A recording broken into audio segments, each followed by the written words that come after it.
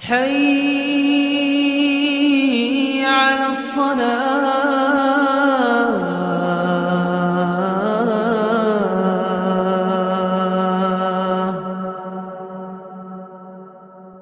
حي على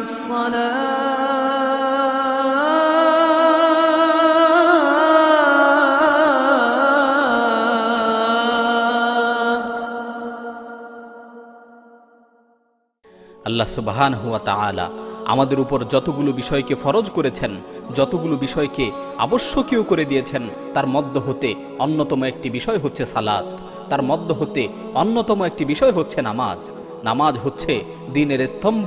নামাজ হচ্ছে আল্লাহ ও বান্দার মাঝে সম্পর্কের মাধ্যম। কিয়ামতের দিন সর্বপ্রথম নামাজের হিসাব হবে। যদি কারো নামাজ ঠিক হয়ে যায় তাহলে তার সমস্ত আমল ঠিক হয়ে যাবে, আর যদি কারো নামাজ ঠিক না থাকে তাহলে সে ক্ষতিগ্রস্তদের অন্তর্ভুক্ত হবে। একজন মুমিন ও কাফেরের মাঝে পার্থক্য সৃষ্টিকারী বিষয় হচ্ছে নামাজ। নামাজ আদায় করা ঈমানের অংশ, নামাজ ছেড়ে দেয়া কুফরের অংশ।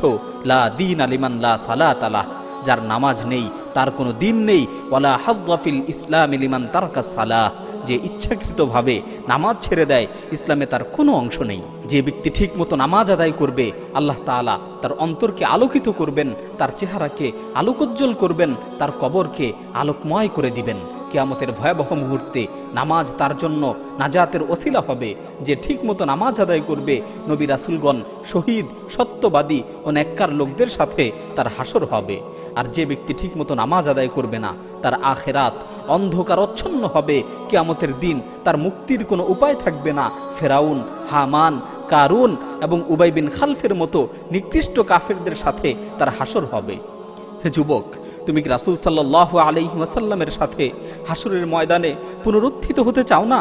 তুমি কি চাও না যে নবী রাসূল, শুহাদা এবং সত্যবাদীদের সাথে তোমার হাসর হোক? তাহলে নামাজের ক্ষেত্রে কেন অবহেলা করছো? মসজিদের মিনার থেকে মুয়াজ্জিন সুরলিত কণ্ঠে হাইয়া আলাস সালাহ, হাইয়া আলাস সালাহ বলে তোমাকে নামাজের দিকে ডাকছে। হাইয়া আলাল ফালাহ, হাইয়া আলাল ফালাহ বলে তোমাকে কল্যাণের দিকে আহ্বান করছে। আর তুমি নামাজ না পড়ে মুয়াজ্জিনের আহ্বানে সাড়া না দিয়ে বন্ধুদের সাথে আড্ডা দিচ্ছ।